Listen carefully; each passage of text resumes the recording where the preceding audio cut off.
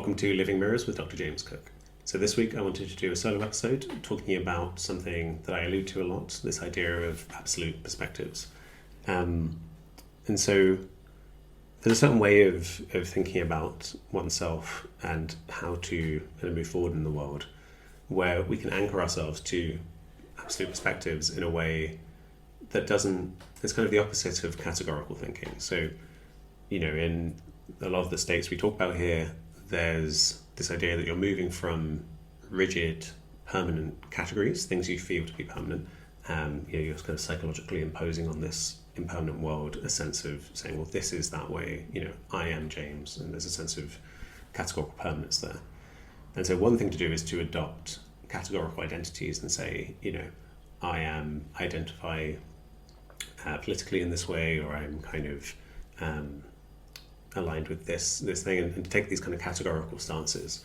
And what I want to kind of explore here is an idea of having this kind of overview effect where you see what direction we want to be moving in, you see what you value, and you can think of those kind of absolute directions as ideals, as these kind of perfect, it's tempting to think of them as endpoints. Take enlightenment, right? Like you can have glimpses of or long periods of being in states of that we might kind of call enlightened states, and then rather than the instinct there is to say, well, then I want to be enlightened, I want to permanently live in that state.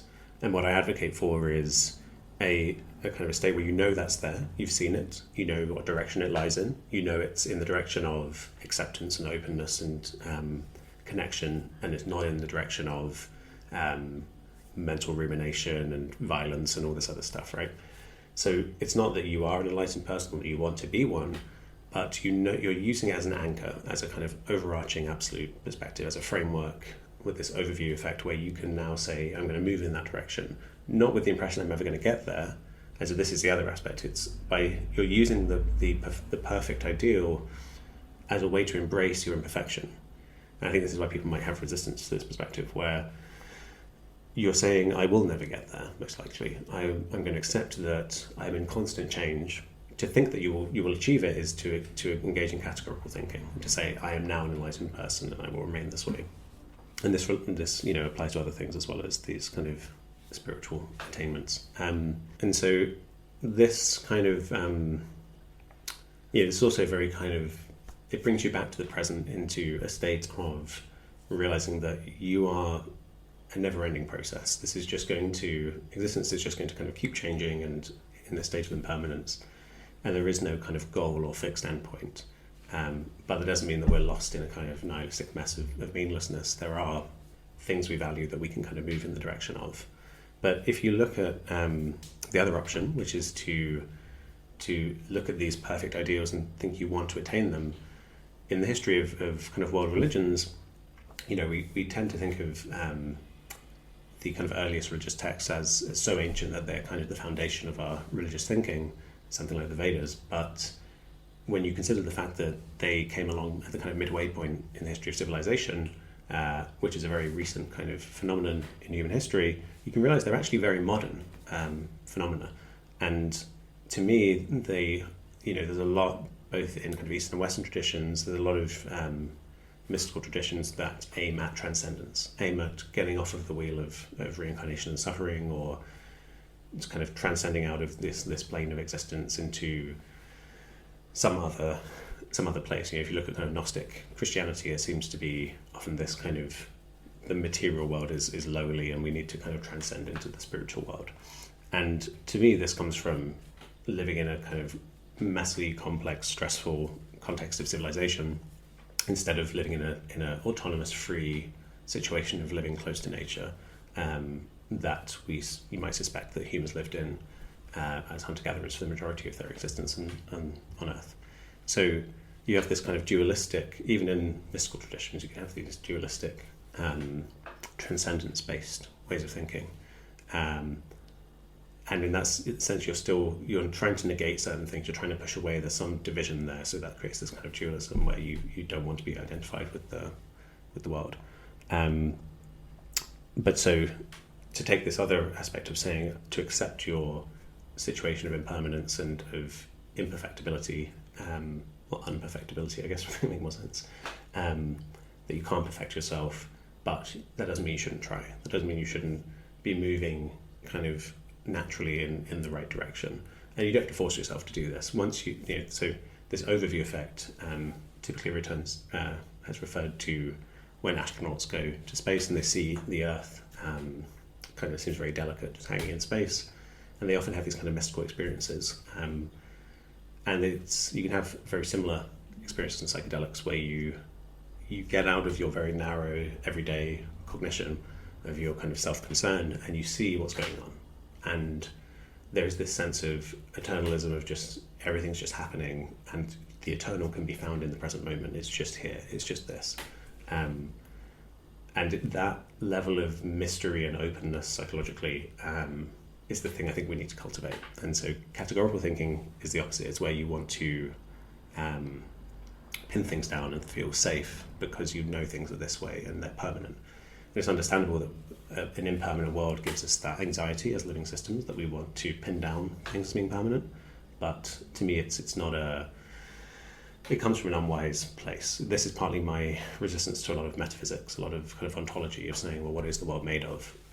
Because to me, that instinct to ask that question often, not entirely, but often comes from a place of saying, I want to say it is this, whether this is matter or consciousness or whatever. By labeling it, you're saying it's a category, it's a permanent thing, and it's made of it in the sense that it's a ground.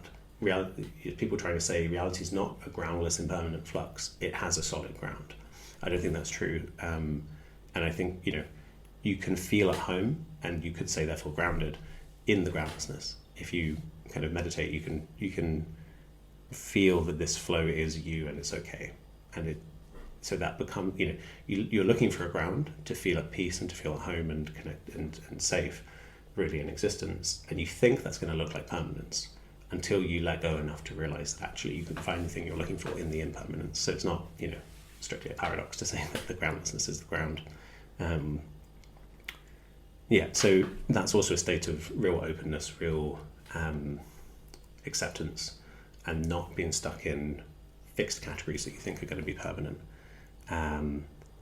So another, in this framework where you have this kind of, you want to routinely have this overview effect. You want to kind of expand your perspective to see what's what, see what direction you want to move in. Because most of us, for most of our lives, we don't know which way's up. You hear, people making different claims about, you should, try and get social prestige or money, like that's what will make you happy. And people follow these things and they really don't know that the navigation system hasn't been set. And with your own subjective states, with psychedelics in particular, or meditative states, you can have these expansive states where you realize those stories are just stories, and actually for yourself, there are things you value and you know what they are. No one can tell you what they are. But it's very common for us to agree that well-being, collective flourishing, freedom, these things feel intrinsically right to us as living systems, and you can have this overview effect as to how to move in those directions. And so to me, that's why I think kind of ecological spirituality is based around ritual, which you might kind of see examples of in indigenous spiritualities, where people are not becoming monks and trying to kind of transcend, but they are living in the world, but maybe routinely having kind of experiences, whether it's kind of ecstatic dance or kind of shamanic rituals, but something that connects you with the bigger perspective. So people know what's what and they know what direction they're moving in. Part of the core issue with our civilization, I think, is that we don't have that. We don't have ritual.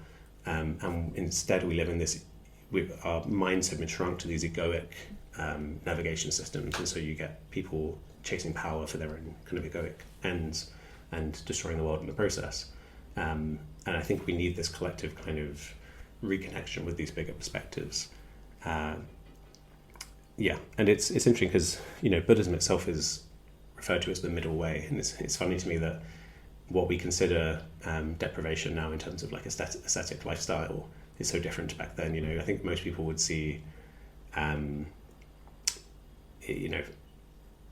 average kind of person in the modern world might see the Buddhist kind of lifestyle as rather restrictive, especially if you're kind of, say, vegetarian and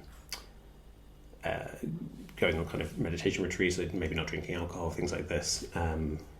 But it's funny to me that that is seen as the compromise, in the past, that in ancient India, that was seen as the compromise between the kind of indulging in the sense pleasures of the world and the truly ascetic, like very extreme ascetic deprivation. But so I would say this is a kind of middle way for the times we live in now, where we don't need to become monks, but we can kind of move into a more kind of collective spirituality that's more akin to these indigenous traditions. It also holds true for, it seems, as someone who had a negative experience with Catholicism, it's interesting the extent to which the idea of kind of like what would Jesus do is another way that I find valuable to think about this, where as a spiritual teacher you have someone who seems to really be operating from these absolute insights of universal love and understanding and forgiveness, and that if you anchor yourself to those things, it's hard to go wrong, except that so you can be useful to think, what would a Christ-like figure do in whatever situation you're in, except my advice would be to be like Jesus but with better boundaries. Don't let someone crucify you. I think he's an extreme example, but there's a level of self-negation there that this is where this kind of psychotherapeutic work comes in, of learning a healthy balance between the extremes of being open-hearted and connected to others versus protecting yourself. And so this also kind of feeds into other aspects of how we kind of identify and live our lives.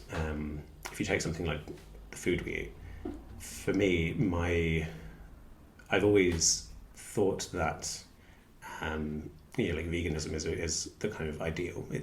Would be ideal to not have to kill any animals for our food, and I don't think there are major barriers to that apart from kind of cultural and psychological ones.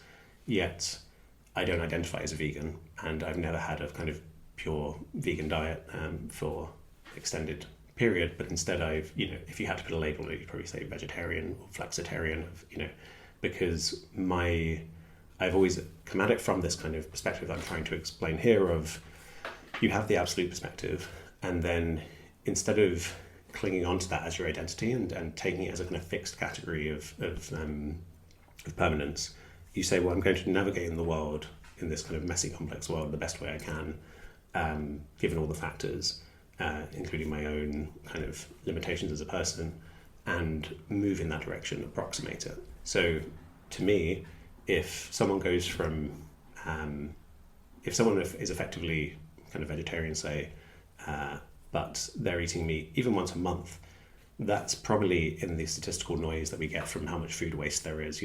That person, I would say, is effectively not contributing to industries like factory farming that cause suffering. And for me, that's the motivating reason when we're talking about the kind of ethics of, how we're consuming food.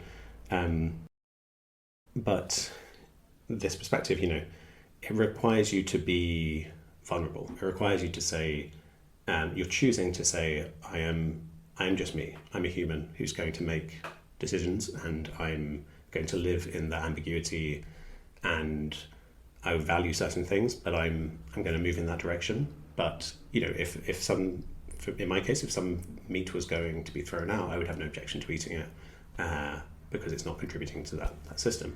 Yet the other psychological approach you could take is a very rigid one, and I think people can, there's a lot of unjust bashing of kind of veganism, I think, because people don't like the idea of being told what to do, or advised what to do. But there is also an element of when people can tell if something's coming from a neurotic, egoic place, where it's kind of signaling, it's more about the image of themselves than the actual effect it has in the world. So I think this is actually a good antidote for that as well, where instead of engaging in categorical thinking, you're saying, I am this thing, you are just saying, I'm a person and I value these certain things. And another reason this is important is, to me, this is a related idea, it's not about me.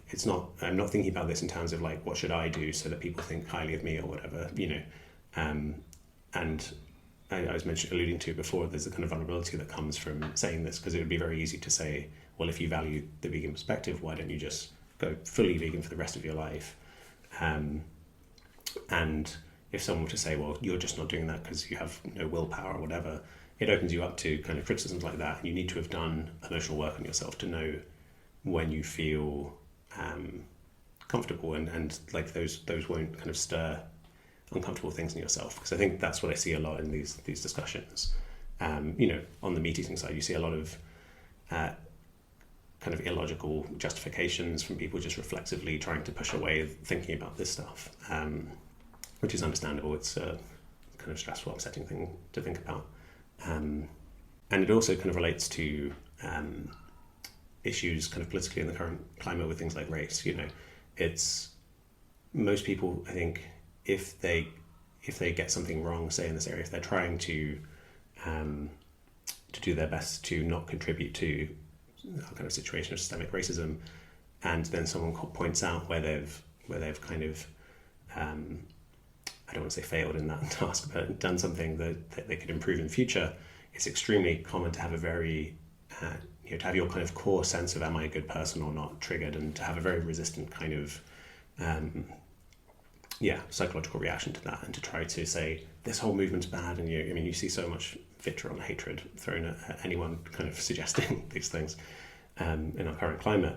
And so this is suggesting a similar thing where you have to do this emotional work to know how to be aware of what emotional reactions these things are triggering within yourself. And it's not easy. It's a very vulnerable kind of open state to be in, but very much like the metaphysics thing, to me the goal is to live in this ambiguity, this kind of mystery, this impermanent flux, and to do one's best, and to not artificially pin oneself down to fixed categories. And this also applies, I recently spoke with Ruth Kinner, who's an expert on anarchism, because to me that kind of political tradition has at its core both the importance of freedom, of kind of individual freedom, but also of collective flourishing. And these are two things that to me are just self-evident. And I think if you, if anyone was being honest, they would say they value freedom, and they value no one who's in their right mind, I would say, values unnecessary domination and violence. That's not really in our...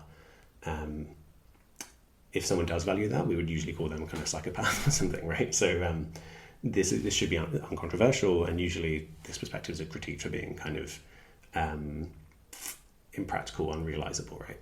But in this absolute perspective, you say, well, that's what we want to move towards. We want to move towards maximizing both of these things. And historically, there may have been tension between these things, where you get people trying to create systems of collective equality and well-being, but as a result, it kind of quashes a lot of freedoms, as with kind of state communism in the 20th century.